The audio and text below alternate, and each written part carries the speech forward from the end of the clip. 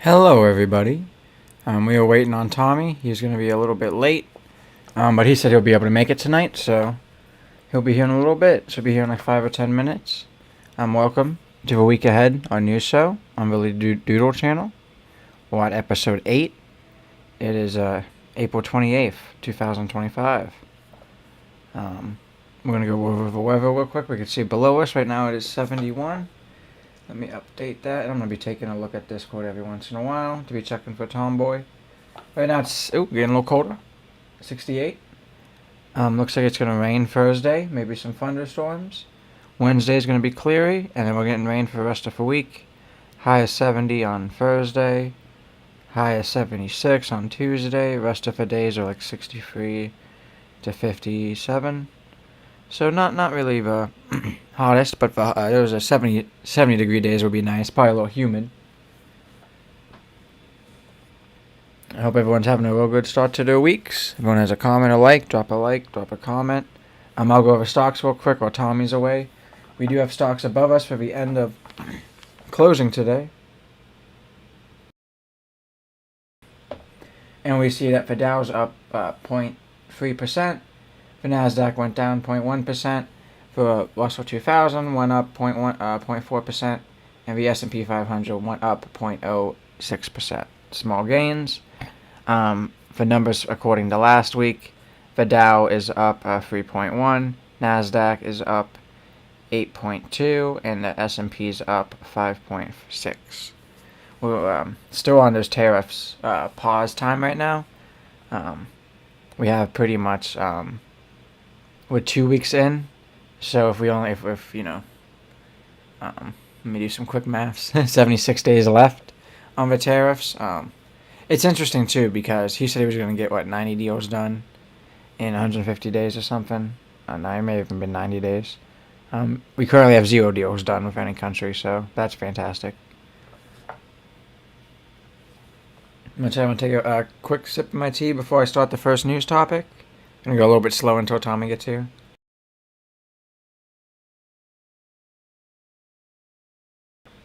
Looking like it's going to be a rainy weekend, so that will not be fun. But that's what we get in Ohio.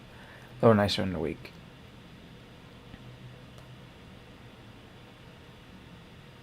We'll go to my first topic, actually. So we're going a little bit out of order on our docket, but we could do that pretty easily. Is our national news topic number 2, which is about Pete Hegseth using an unsecured internet line to access Signal. A lot of times, if you're working for the government, you have to use a VPN or something that kind of reroutes your internet and makes it secure. You could even have those on your phone. There's VPNs for your phone. Apparently, he was not using that. Had an internet connection that bypassed Pentagon's Defense Secretary Pete Hegseth had an internet connection that bypassed the Pentagon security protocols set up in his office that used for Signal messaging app on a personal computer. So right there, it's on a personal computer. So even then, easy to get VPNs on there or go through whatever. Defense Department security protocols are there. He was initially going back to the area of his office where he could access Wi-Fi to use his devices, and then he requested a line on his desk where he could use his own computer. Sounds like that's maybe a hard line, or Ethernet landline. Because electronic devices are vulnerable to spying, no one is supposed to have them inside for the Defense Secretary's office. Important offices at the Pentagon have a cabinet or drawer where staff are visited or required to leave devices, and they're kind of like a secure lockbox for error cages. That kind of make sure you cannot hack into them. Kind of like what me and Tommy talked about a couple weeks ago. We helped develop a lot of this spyware too, so we know what it's capable of. But there's spyware where they could hack into people's phones pretty easily.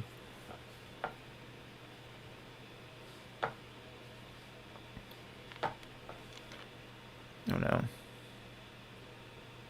Pulling up the news article too to get some more information. And I don't know if you guys know, right now there's a lot of talks, even from conservatives and all over, like NPR saying right now, that Pete Hegseth is on the chopping block because of all this stuff. But right now, Trump and Pete Hegseth are kind of just acting like nothing's wrong. I remember I was watching today and yesterday some videos of Trump last week and this morning talking about it, and just kind of gaslighting people. That's okay. So known as a dirty internet line by the IT industry, it connected directly into the public internet, where the user's information and website access do not have the same security filters or protocols as the Pentagon's secured connection maintain. And other Pentagon offices actually have used them, particularly if there's a need to monitor information or websites that would otherwise be blocked. But also, like, one big advantage of using such a line is that if a user will not show up as one of the many IP addresses assigned to the Defense Department, essentially making a user masked. But it's kind of still scary. Like, we had problems with Hillary using unsecured emails, for Right said at least. And now we're seeing all this stuff. There's a Pentagon watchdog to review his Signal app controversy. He had a second Signal chat we talked about.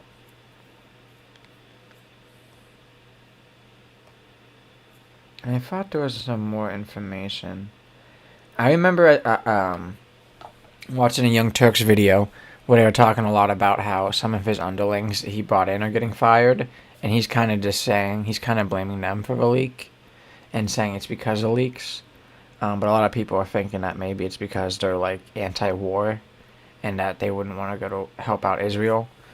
And because I guess there's some news that even Hegseth was kind of anti-attacking on Iran.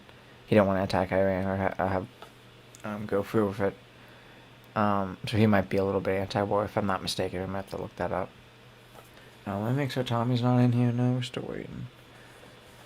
Our next topic would be our national news topic 1. Is about a 2-year-old American citizen getting deported and a judge arrested. All of this is like immigration relation, ICE related. Whenever Tommy gets here, he'll give him some more inputs law-wise. But the first topic about the 2-year-old, I'm going to take a quick sip of my tea real quick.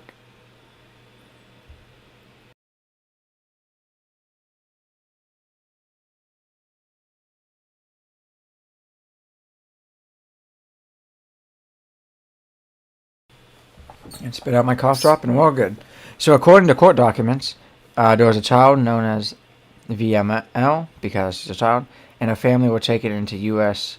Immigration and Customs Enforcement, ICE, custody on Tuesday while attending a routine check-in with her mother's intensive supervision appearance program, an alternative to detention for non-citizens who are in the country unlawfully. The suit alleges that ICE agents repeatedly refused to give the young girl's father her location and denied him the opportunity to speak for more than a minute to the mother, the child's mother. Now, before we kind of go into this, from what I'm not mistaken, Tommy will probably give me a confirm. The mother was a non-citizen, but the father was a citizen and is an American citizen. So he does have rights for certain things with his daughter, and obviously has the right to ask her not to get deported or taken away. After this, they sued, and the judge called the government and the family, but told that they were above the Gulf of America. It means like plane-wise. The judge wrote, the government contends that this is all okay because the mother wishes her child to be deported with her, but the court doesn't know that. That's a little bit of a sticky situation, like I said, because there does need to be process. Because if her dad is American, he does get a right if he's signed off on that, and it depends on what state for that as well. I think it says in Louisiana, yeah. And there's been no due process or even process of getting the mother and her deported, even though if she's 2 years old, we don't know if she's even an American citizen because of her dad.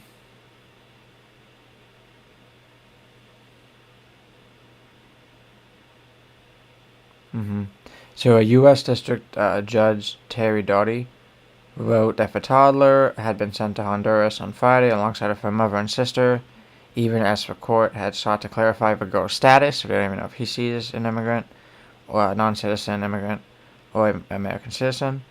He set a hearing on the case for May 16th, the interest of dispelling a strong suspicion that the government just deported a U.S. citizen with no meaningful process, which is what I was getting to. So Tommy's not here yet.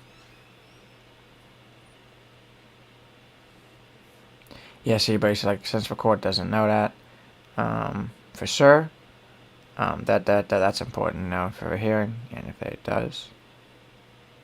And there was a lawsuit filed on the child's behalf. So I wonder who placed that. If that was her mom or her dad. Makes sense for her to be her dad, but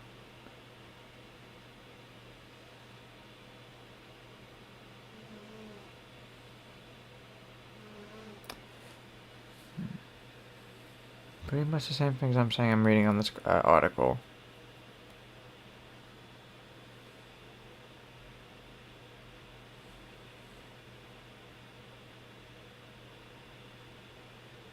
And it says, according to Pursuit, at one point her father tried to secure her release at the New Orleans Icefield office,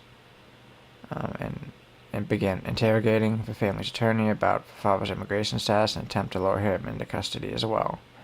So even though he's a citizen, they're trying to lure him into custody.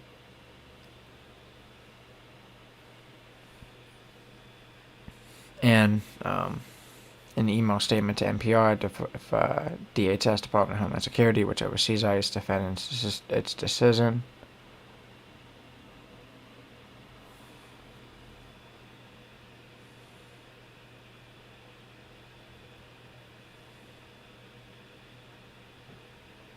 And then me and Tommy have been talking a lot about it. This is another step in this little messy legal process we've been having.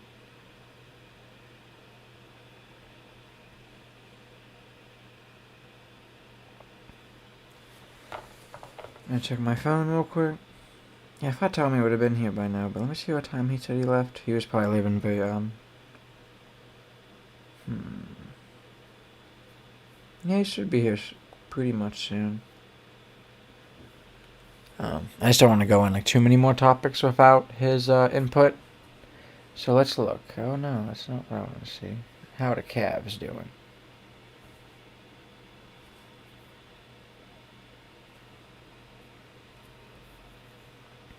We have a topic. Our next topics are about how the YSU union collect enough signatures to start an anti-SB1 referendum.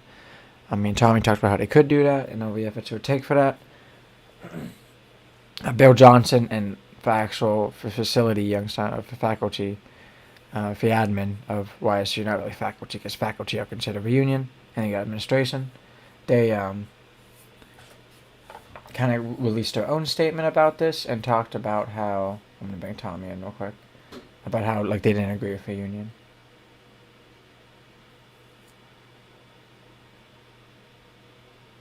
Hello. Hey Tommy. Sorry. Oh, you're fine.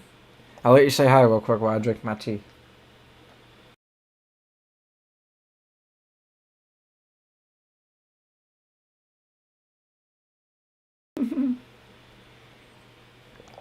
Low technical difficulties. He probably left for Discord.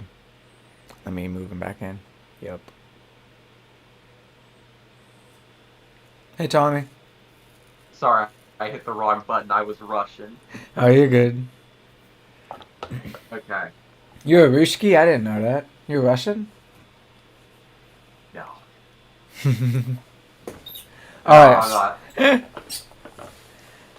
Let me pull up my docket here, our docket. No problem. And yeah, that meeting didn't get done until 8:15. Oh, you're fine. If you want to go over, I already went over the first two topics. If you want to give your inputs on those, and then we can go into the third topic. Oh, you started the show? Yep. Okay. Are we live now? Yeah. I don't know if you wanted me to wait. I thought you kind of sounded like you wanted to jump in. Let's see. I can't. Let's see. Let me pull up the. Oh, you're fine.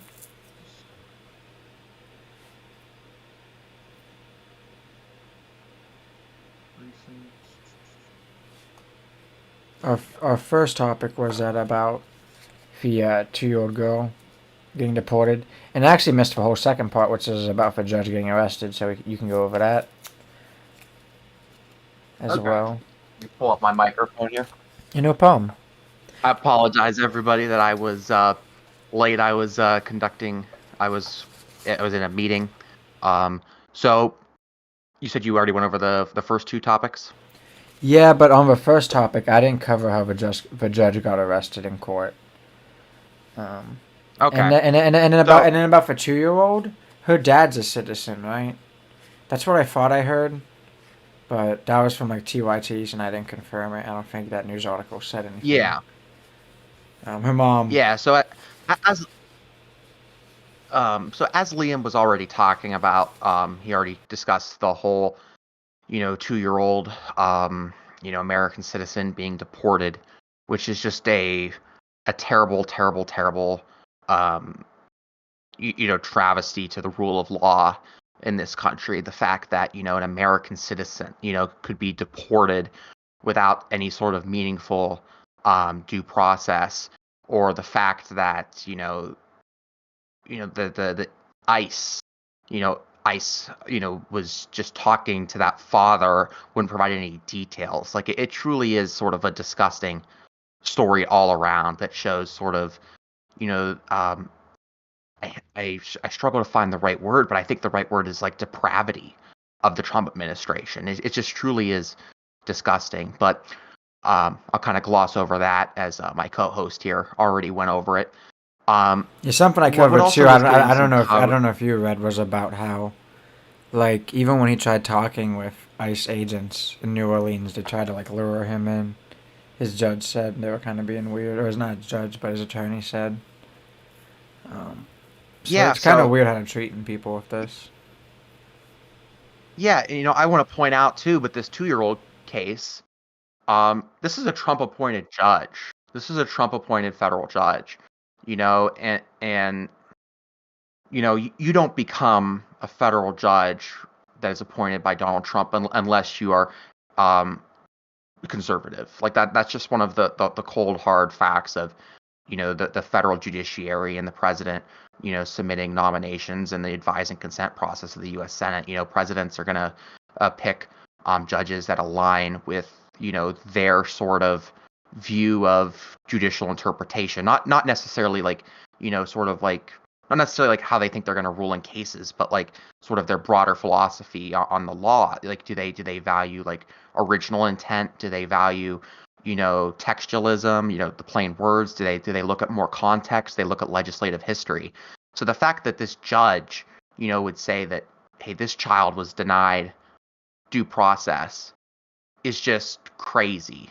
It's just absolute. This judge said that and acknowledges that. It's very, very good on that judge, but it just shows like how extreme what they're trying to do here, deporting a 2-year-old American citizen. The way this all went down is this judge with opposing counsel present and the government present, tried to get information, and the government just said, "Hey, this person's already over quote the Gulf of America, whatever that means." I still call it the Gulf of Mexico. I don't know what you call it, Leo. I imagine it's Gulf of Mexico. I don't like the term Gulf of America, but you know, Yeah. this judge, kudos to this judge for trying to do the right thing here. And it's just crazy that this is the state of the judiciary and the Department of Justice today. Now, as for this other judge, this Judge Harlan, that was, excuse me, Judge Hannah Dugan of Milwaukee, who was arrested by the FBI. So she was arrested because she allegedly helped a man escape ICE. According to the government, Judge Dugan was mad that ICE was in her court and escorted the ICE officers to the chambers of the chief judge. While they were in chambers, she then escorted the man who was in court for misdemeanor domestic violence and had previously been deported out of the courthouse.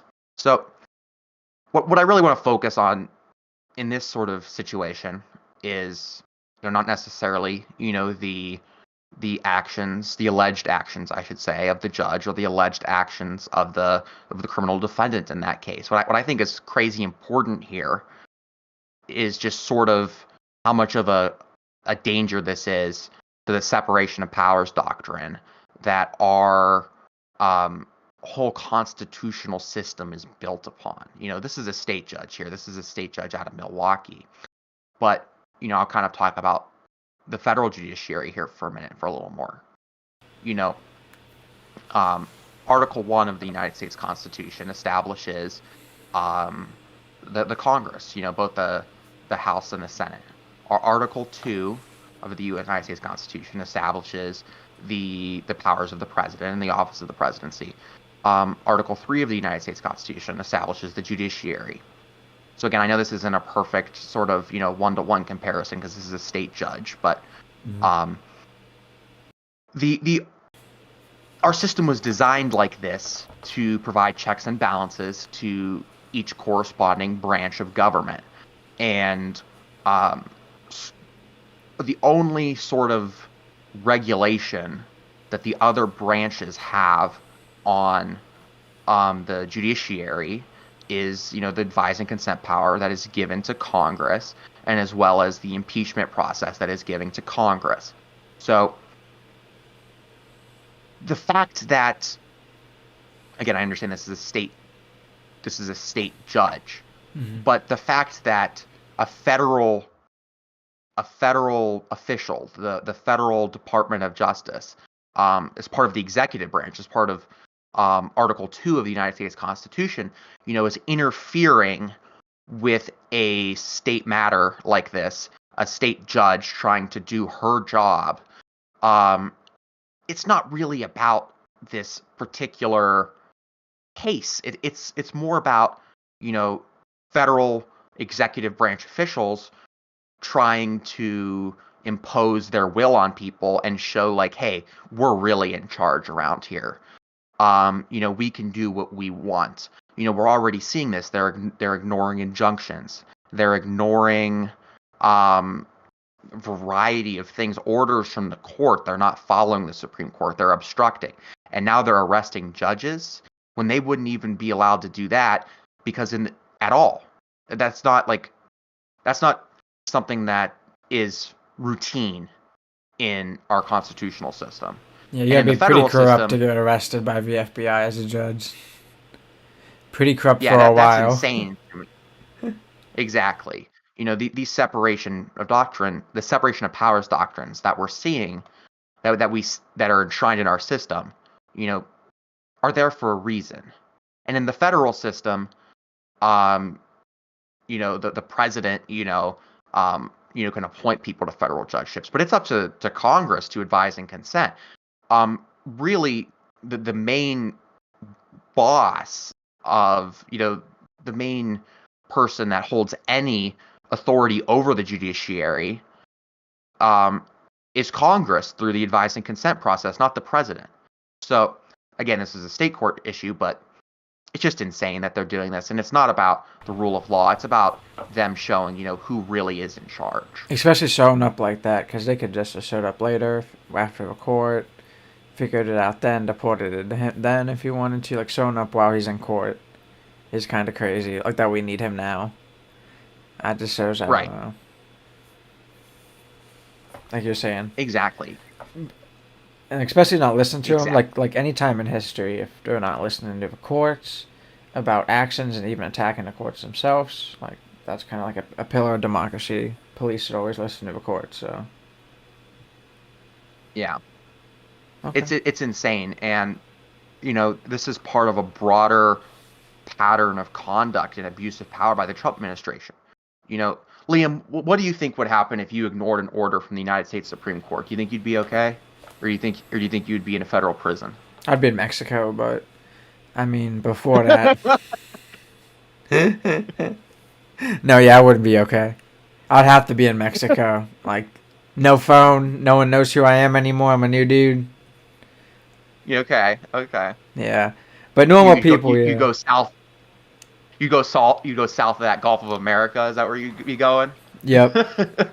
Whatever, like Brazil, whatever those countries are, non-extradition states or whatever they call them, bad boys. Yeah.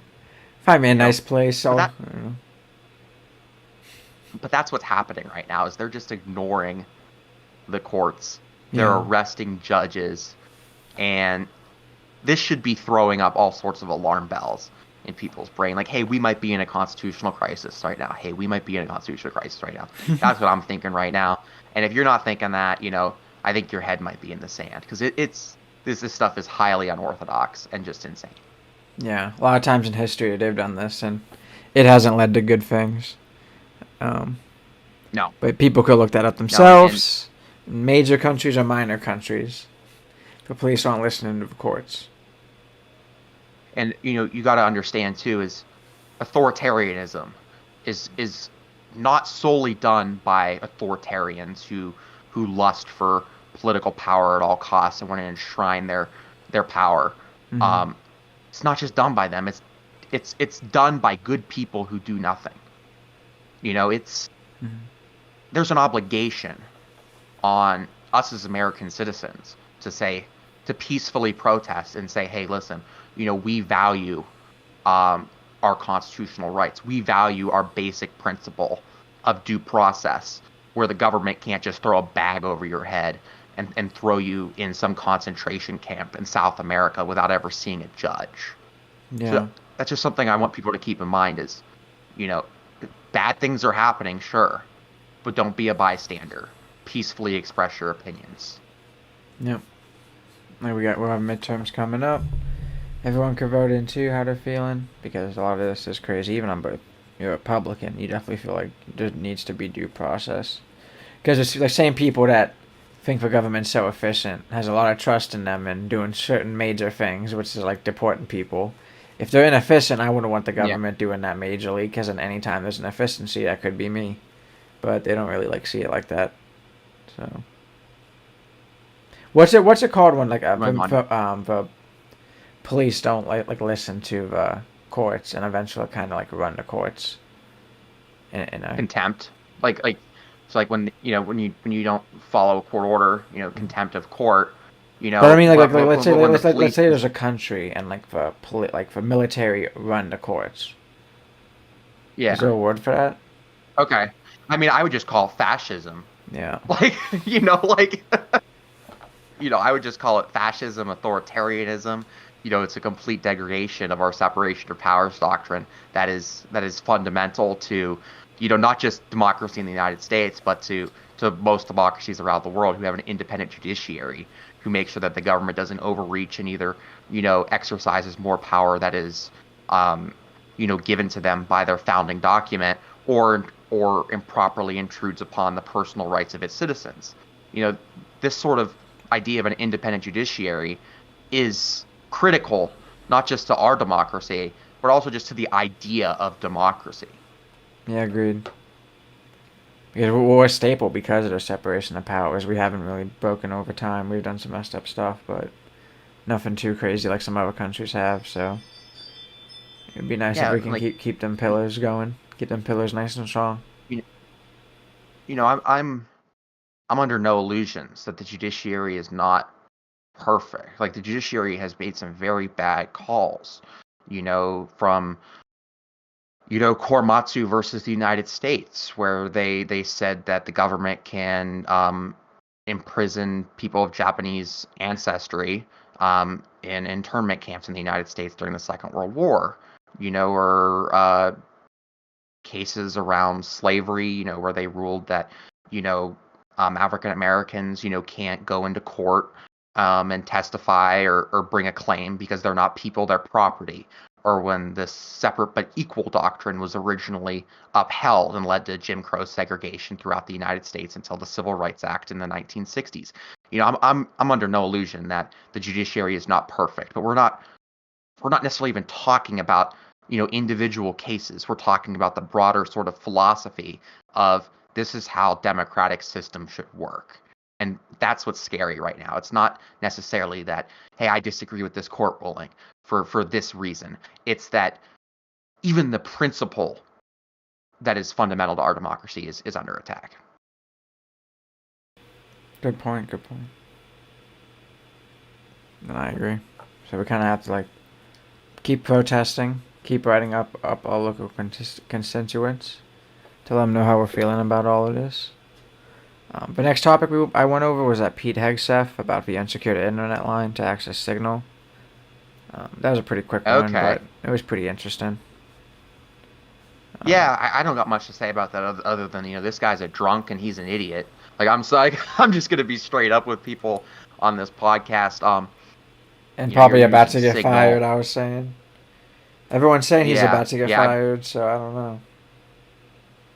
Yeah, getting just blatant, just sort of incompetence that is being seen by the Secretary of Defense right now that jeopardizes the lives of our servicemen and women. Because at the end of the day, Pete Hegseth was too lazy to use approved forms of communication in the Pentagon. He should be ashamed of himself. Um, it's something. It's something. It is. Trump's not doing much so far.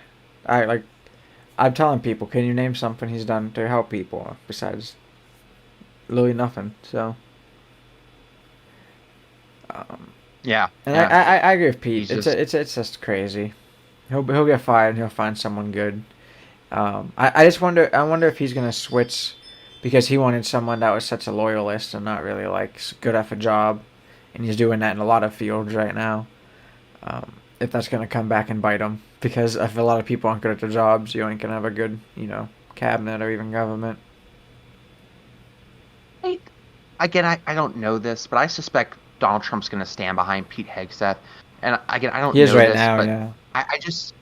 I just suspect that um, I think Trump likes the attention being on Pete and not him. Number one. Number two, I suspect that um, Donald Trump, being an insecure man, thinks that um, firing Pete Hegseth would somehow make him look weak in the face of the media. Yeah, because it's so That new. those sorts of things, and then just sort of like a tendency, I think, from Trump to like kind of just be stubborn and not be able to listen to criticism and thinking he's smarter than everybody else and he knows the right path. Like, this is the guy that said only I can fix it. It seems a little premature to me to think that Trump is going to listen to these media reports and then fire Pete Hegseth because he somehow cares about that type of stuff. I think he sees it as like, if I fire Pete, I'm weak because I fired him in the face of the media. That's just my perspective. I very well could be wrong about this. But kind of my sort of early thoughts on it and just kind of trying to get into the head of Donald Trump, which frankly probably isn't good for my mental health. But it's the world we're living in right now. Yeah, I wouldn't. It would be interesting to see what he does, though. And then our next topic, which we just started, is a new one for local topic one, which Tommy will be covering. This one I'm excited for. I'm not going to lie. I'm excited for this one. I want to talk about our county auditor, who is, man, this story is just insane to me. So I'm just going to run over the top lines of this news article right now. So, from the Tribune Chronicle. So this is sort of the top line. So, hackers hacked into the email of the Bezetta Township fiscal officer and used it to send a request to the county to change the bank account where the tax money is deposited. An official in the auditor's office sent over $80,000, even though the email had many red flags, like using the name of the old 2021 fiscal officer, weird phrases like "please kindly change the routing number," had weird people CC'd in the email, and it just had wrong info. A later email did use the correct name, but come on. The auditor, before the scam, before they sent over this $80,000, did receive a bulletin from the state advising them of the scam, but Martha Yoder did not distribute it. The county sent the money without verifying the bank info. Thank God, a second payment of $80K was stopped, and a court ordered the county to repay Bezetta the money, but Martha Yoder, in her infinite wisdom, might appeal. So, what essentially happened here is Bezetta Township fiscal officers hacked, wasn't using two-factor authentication, which is also crazy in its own right. Yep. Then they used that email that, from what I've read, I haven't actually seen the email, but I've read the description. Seems like a very obvious phishing email. Okay? And the county auditor's office fell for it? Like, man, this is a story where I just think is shows just incompetence on every level here. Like, the Bezetta Township fiscal officer should have been using two-factor authentication. Full stop. Full stop. The auditor should verify the account information before they send over tax money. Yep. The auditor, the elected Would auditor, it took Martha one call, Yoder, one phone call to be like, you sent me an email? Nope. Oh, okay.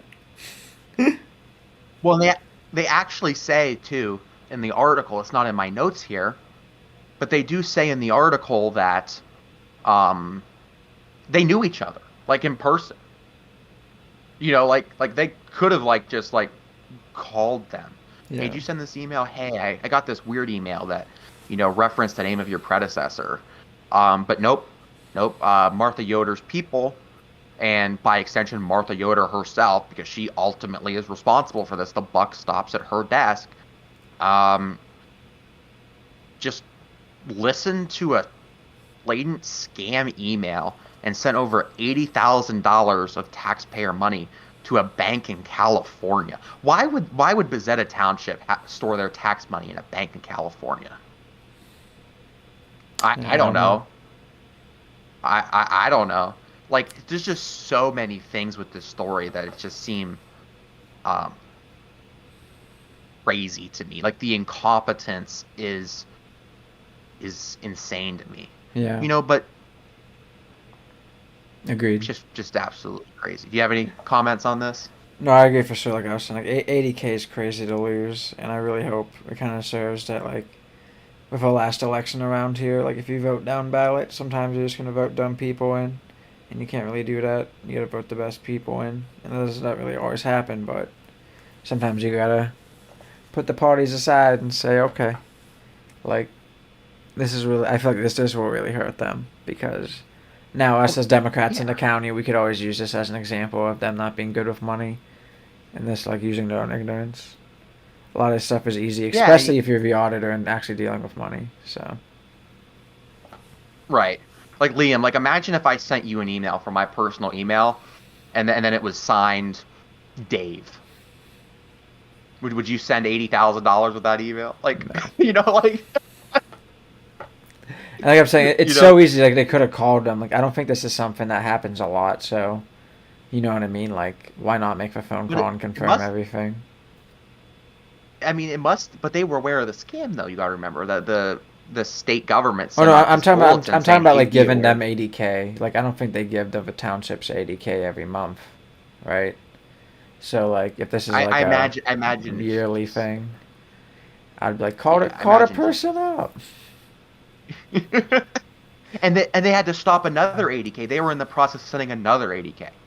It's so dumb, yeah. This government official is being lazy and just cannot put in the due diligence to confirm things. Phishing is pretty easy. Even Martha Yoda, she sort of distributed emails about it because if a state knew it was Yeah. happening, obviously that means they were going to get attacked about it eventually. So I don't think Martha Yoder should be in government after this. no, I Like agree. That's crazy. after reading this story, I'm sorry, this is completely incorrect, but it's like, is Martha Yoder stupid? Like I know that's mean, Yeah, but I don't see how anybody could um go through all of this and still send the 80K. They knew or should have knew about the scam because of the bulletin. they should Um, make her fire two people to cover that 80K. If you think about it. well, what's going to happen is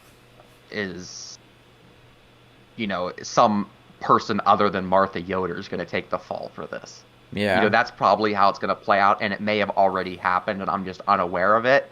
But just like in government, like when you have bad people in government, they're not self-accountable. They're gonna blame the secretary or some sort of county employee who had nothing to do with this, Yeah, and say, it was "Oh, the look, we fixed official. the It was issue." probably the official who sent it is gonna get fired, even though they just weren't like properly trained in it. And that'd be interesting too. Right. Could you like could you take the county to court if you got fired for that and say like you literally got an email from the state about this and you still didn't let me know and now you're blaming me as for employee. I don't know. Yeah. That's interesting. I can't. Yeah, I can't comment on that, of course, but just shame on Martha Yoder, shame on the Bezetta Township fiscal officer for not using two-factor authentication. Like, is it 1999? Like, I don't know. It's If you're Prince, just it is, stunning but incompetence. yeah. Just stunning incompetence at all levels here. All right, now we're at about 9:16.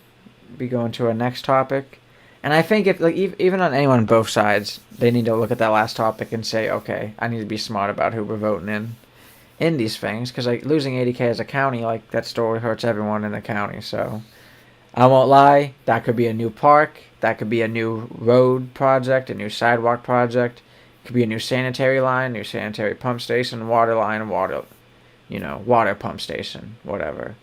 Um, for about a mile for any of those types of projects. That would help out. So, our last topic, which I kind of covered a little bit before you came, Tommy.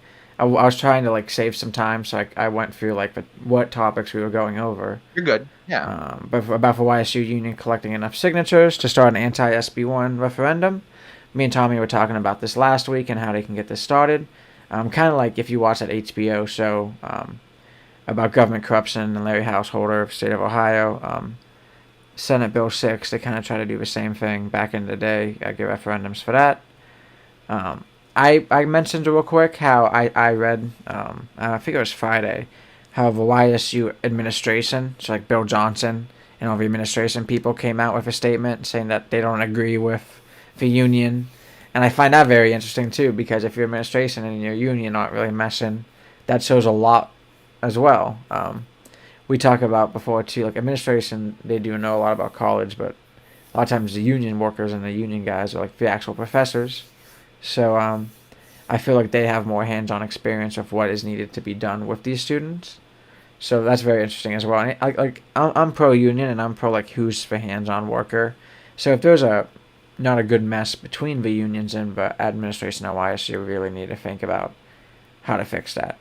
Before YSU facility union collected at 4,700. Sorry, you can go, Tommy, real quick. No, I mean, I think you're absolutely correct. I just wanted to add a little context to what you were saying. Bill Johnson is not an educator. He's a former congressman who was appointed to be a political lackey of Governor Mike DeWine. He's not qualified to hold this position. In fairness, I don't think Jim Trussell was qualified to hold that position either. And I would agree with that too, actually, now that you're being a football coach versus a teacher. Like, come on now, guys. Yeah. A congressman versus a teacher who actually knows what the students need in college. I mean, I can't with that. That's like saying, like, let's say, Tommy, right, I pulled up in my Cadillac, and I see a GM executive, and I see a GM mechanic, and I need someone to work on my Cadillac. You think I'm picking the executive? I thought you drove a Nissan. Good one. Yeah, I'm picking the mechanic to work on my car. So, like, that's crazy. That's a good point. But for YSU facility, union collected 4,500 signatures to start the process. For YSU union needed 1,000, and for submitted signatures must now be reviewed along with other documents before the group can start collecting the 250,000 valid signatures statewide from at least 44 of Ohio's 88 counties by the end of June. So half of our counties. Like Tommy put in here, YSU's President Bill Johnson, while recognizing the group's right to oppose the bill, supports SB1. We remain dedicated to encouraging students on critical thinking and teaching students how to think rather than what to think. YSU's interpretation of Senate Bill 1 is that strengthens the freedom of speech and encourages robust discussion of diverse and somewhat controversial perspectives, both inside and outside the classroom. SB1 does not alter YSU's identity or core values. We remain committed to treating all individuals with respect, enforcing our anti-discrimination policies, fostering an environment conducive to intellectual growth, and prioritizing our students' success.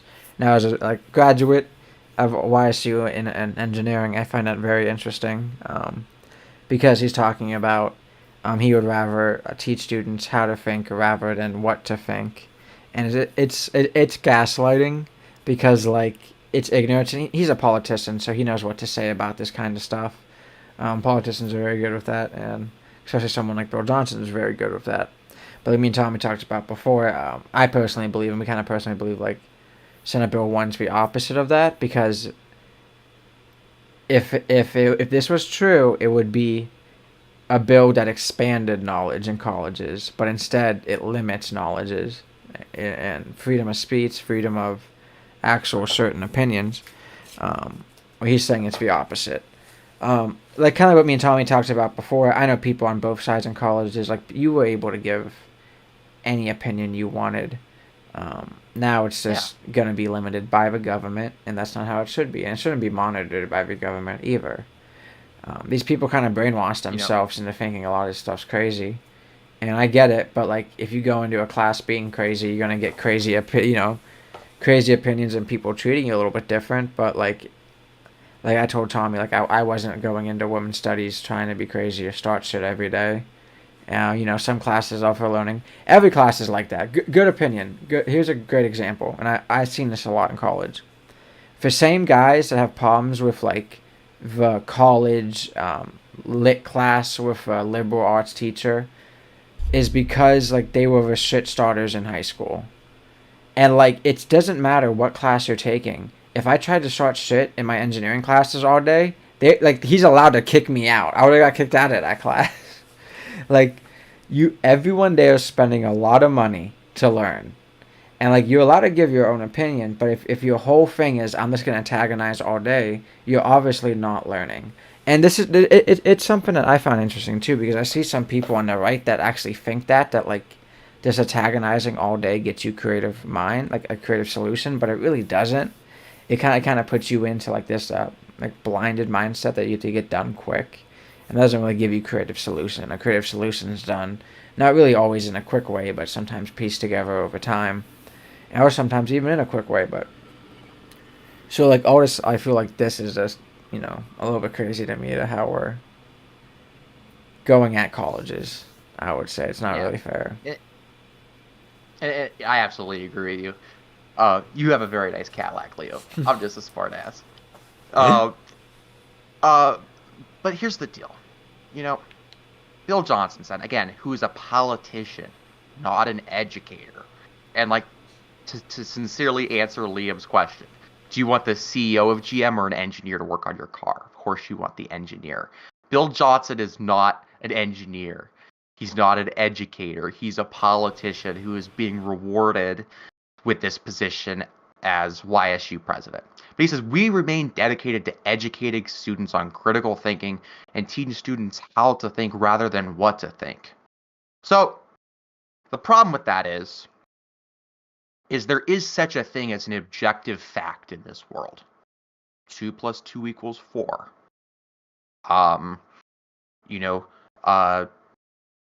Many And other here's a great example, guys. If I'm in a philosophy based class, we could talk about how 2 + 2 = 5 all day. But if we're in an engineering class, we're not going to talk about how 2 + 2 = 5 all day. It equals 4. So like we're saying, like college is like very interesting in how we go about it, but how Bill and a lot of these people that think about pro SB1 isn't the right way to think about like creative solutions for these. Yeah. Remember, one of these controversial subjects listed in SB1 is climate change. It is a fact that the climate is warming and it's caused by humans. That's a fact. That's not debatable. Mm-hmm. Like when I'm talking politics with someone, like, and they say like I don't believe in climate change, I'm like, what? Like, to me, that's just as insane as saying 2 + 2 = 5. Because just because 2 + 2 = 4 is rooted in logic, the fact that the climate is changing and it's caused by humans is based in science. Like, there is just such a thing as, this is just how it is. This is true. Not everything in life, not everything in politics. You can have reasonable debates on plenty of different issues, and that is healthy for our democratic society. Mm-hmm. But to just act like that climate change is somehow controversial and it may or may not be a thing, that is really crazy disingenuous. And they're making this ambiguity up around issues like climate change to serve their own people, to serve the people that are drilling oil, drilling natural gas, preventing renewables from really taking off. Mm-hmm. And they're doing that by creating false ambiguity over something that is just true. That is just true. Yeah. Encourages, and then he says, YSU's interpretation of SB1 is that it strengthens freedom of speech and encourages robust discussion and diverse and sometimes controversial perspectives, both inside and outside of the classroom. So, SB1 quite literally restricts opinions on controversial subjects. Mm-hmm. It says the teacher shall not take a position on controversial issues. Again, climate change is one of those controversial issues.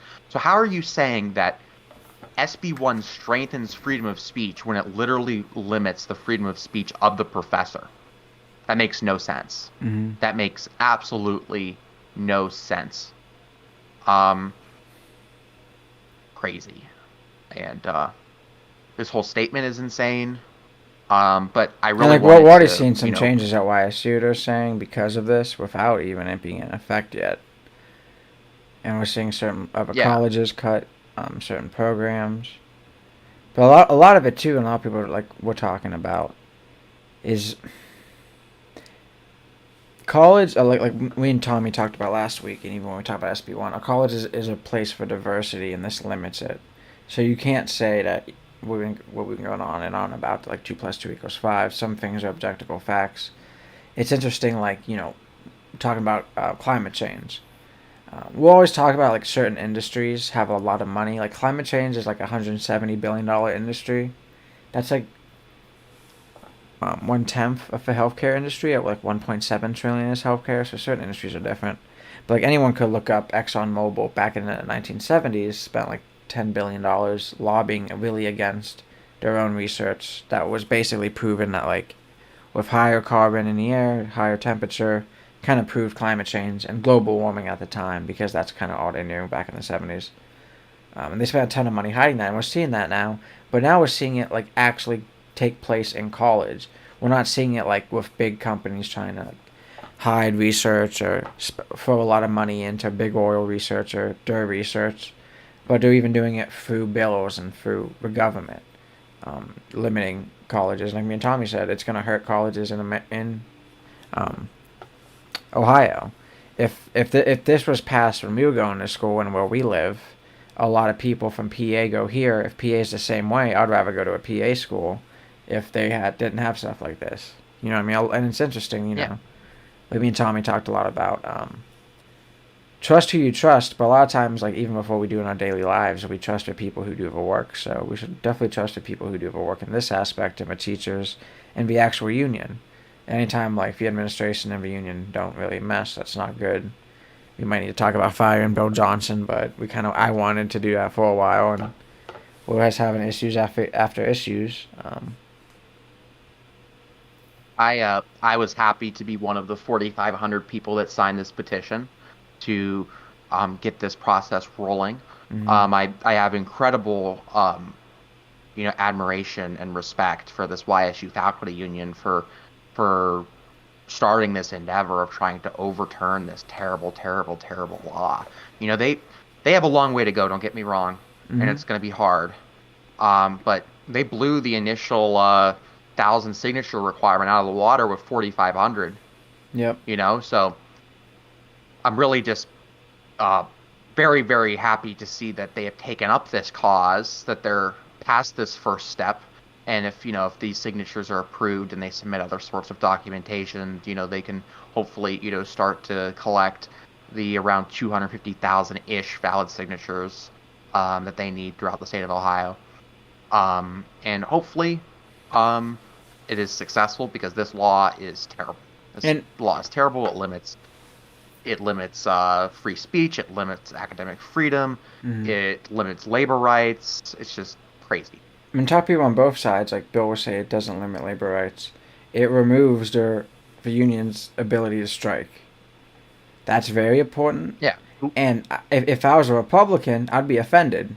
Because just like with them trying to pass the yearly budget in Ohio, and in the yearly budget, they wanted to have that they're changing the marijuana local taxes from 36 to 20%, and it goes away without 5 years.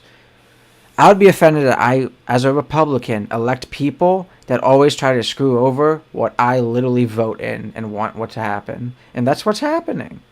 You know what I mean? Like if they shouldn't have these bills that are culture issues, but then there's actually stuff in them that affects workers, like removing striking. Because, like, this is culture issues. If I was someone on the right and I was Right. afraid of the LGBT, I'd be like, yo, even though I didn't go to college, let's remove all of it. Just because I'm not it, I don't want people learning it. Which is being closed minded, and you cannot be that way. You can't be that way with sexuality, you cannot be that way with gender, you cannot be that way with race and learning other cultures, learning history. The more you open your mind, the better it will be, because I'm sorry, the more you close it, the less fear you are, and the less you are afraid of that small area you have in your head, the bigger you are, the more happy you are to roam that area in your mind. So I would be offended that they're trying to screw me over again and again. And I would say, hey, we need to vote some of these people out. But like what me and Tommy talk a lot about, like Ohio has a lot of big money in it. And even if I was a Republican in Ohio, I wouldn't feel like my vote mattered right now, because big money will always win. Not just the big money, but the gerrymandered districts. Oh yeah, exactly. Last year we had the opportunity in the state of Ohio to end gerrymandering by establishing a nonpartisan, independent redistricting commission, which basically just means in non-legalese that a group of citizens would get together and they would draw the districts that representatives would run for election. It was a great proposal. And at the end of the day, it failed because literally the Republicans in power and the people that were against this independent redistricting commission, they just lied. In fact, they admitted that they lied. They said, like, our our goal is to distort what it really does, and they succeeded. You know what I mean? So it's not just big money. Of course, big money is a huge, huge, huge part of it. But it's also that the fact that these districts are drawn on purpose to, you know, preclude a political party from getting into office Mm-hmm. or entrench a political party. And It's crazy. I really Or hope after all this stuff, like the Ohio Republicans kind of see what's going on, because there was a lot of Ohio Republicans that supported that, getting rid of gerrymandering, and it's still lost. You know what I mean? So it's something that like a lot of and Democrats agree with and some Republicans agree with. It just wasn't enough. the Ohio Republican Party vigorously opposed the anti-gerrymandering initiative. Um, and Frank LaRose, being Frank LaRose, for those who don't know, Frank LaRose is our truly, truly, truly awful Secretary of State. Um, Really, really, really a bad guy. Bad, bad, bad guy. He wrote the ballot language, lying about what it does and stuff. But the issue of gerrymandering, stopping gerrymandering, is one of those issues where it has a lot of bipartisan support. But that's why they lied about it. They Yep. said the anti-gerrymandering amendment mandated gerrymandering. Welcome to Ohio under one party rule for my whole life. They'll just Yeah. lie and cheat their way to the top. We had Ted Strickland for a while in our lives, right? We, Yeah, we were yeah, we were he was. babies, but Yeah, that was like what, 2008 ish. And I don't believe he had a Democratic legislature either. So like, that would have been tough. I'm good on that one. yeah, And like we said that, like you're saying, like the Republicans sided with it, and they tried to like tell their own people, "Hey, you're dumb, and what you're seeing isn't what you're seeing, and it's actually the opposite." Sometimes people on both sides have to say, "Okay," and anytime. That's like what me and Tommy talked about with like how some Democrats are with Palestine and everything happening in the Middle East right now. You have to look past what they're telling you and say, "Is it okay? What do I personally feel? What are my beliefs?" Like, you don't always have to agree with 100% on your party, but Republicans in Ohio, like, these people are screwing you over time and time again. They think you're dumb. They're telling you they're dumb. You're dumb, just by saying that. And like we're talking about with gerrymandering, saying, "Hey, this isn't it. Listen to this total gaslight and be total opposite of what's going on." And try to vote better for that. You could vote Democrats, and Democrats aren't, especially here in Ohio, aren't California Democrats. You know what I mean? Well, a lot of times they're Union Ohio Democrats, which sometimes lean a little bit on the middle, more moderate, kind of like a Joe Biden type of Democrat, in my opinion. But sometimes we do have a little bit more progressives as well. so But with Ohio, like, Liam, do you like that your tax money is going to bailing out First Energy and their nuclear power plants? Yeah, no. Nope. Yeah, exactly. You know, I've watched that Dark Money documentary as you did. Mm. I knew about that story, obviously.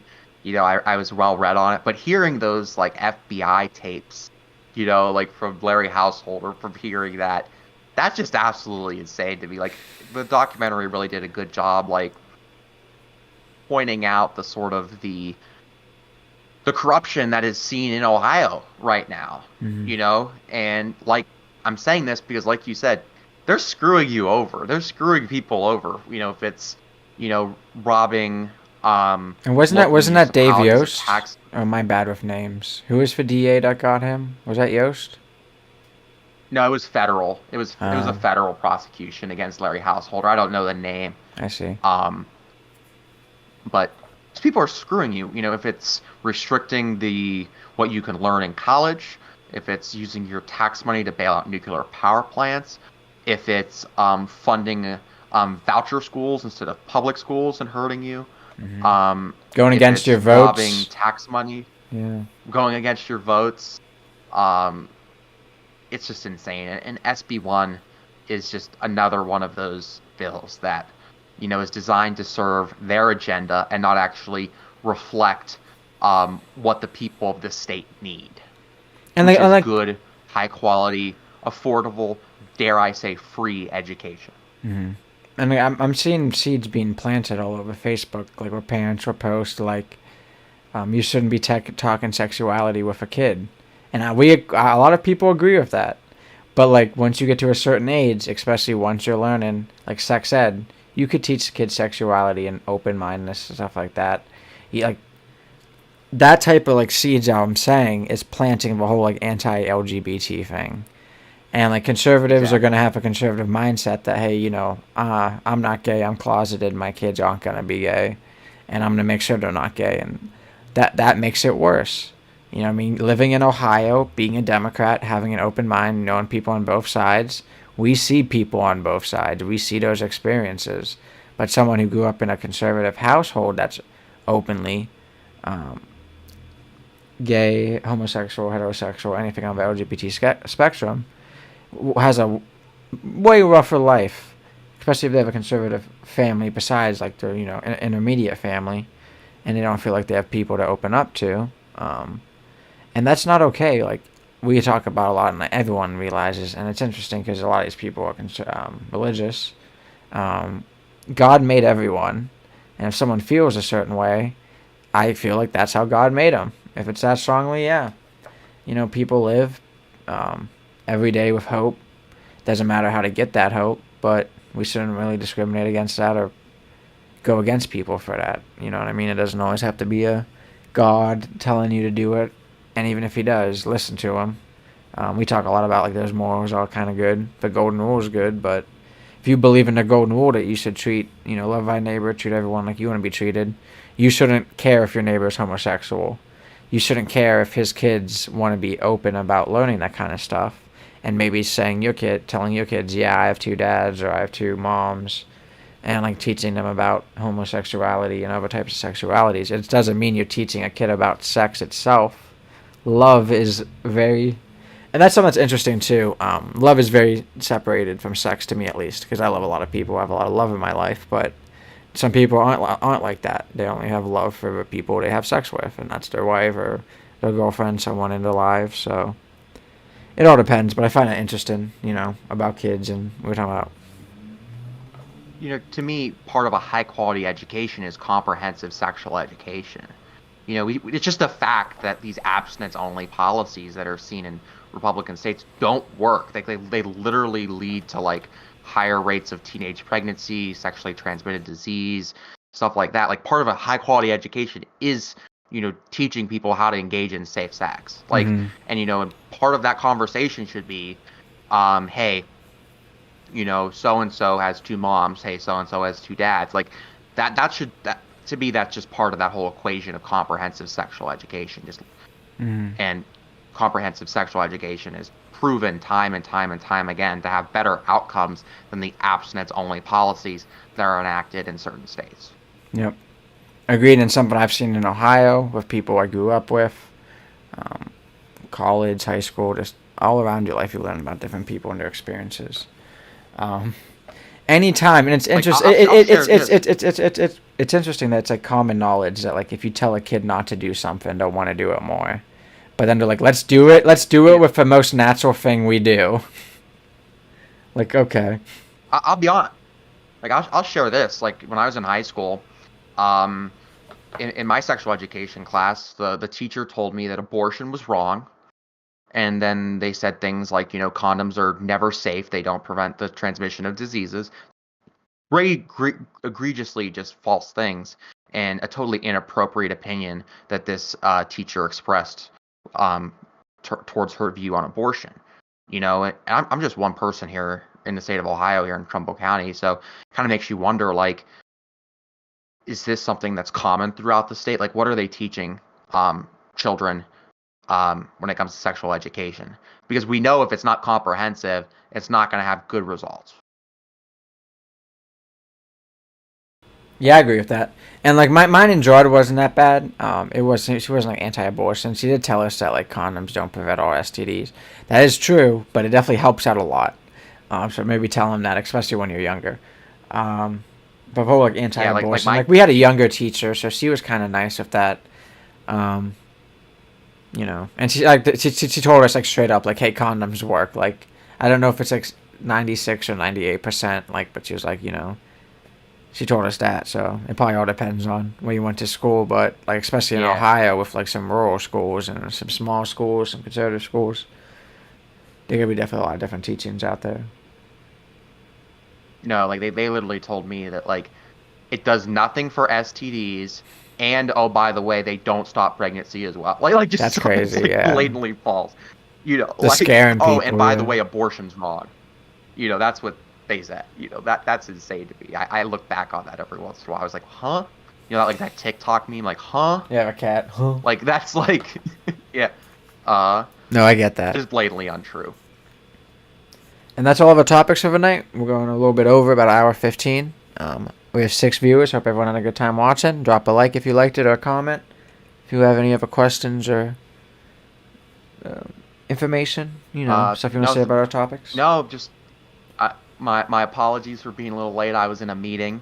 I hope you enjoyed today's show, and next week I will be on time. So thank you so much for listening. Make sure you check out Liam's other shows, and have a good night, everybody. Yep. Have a good night. Have a frosty night, Ohio, and a great start to your week. We'll have Healthy Living Sunday, a sports show on Thursday with Hunter. Hopefully he can make it this week. Have a good night, everybody.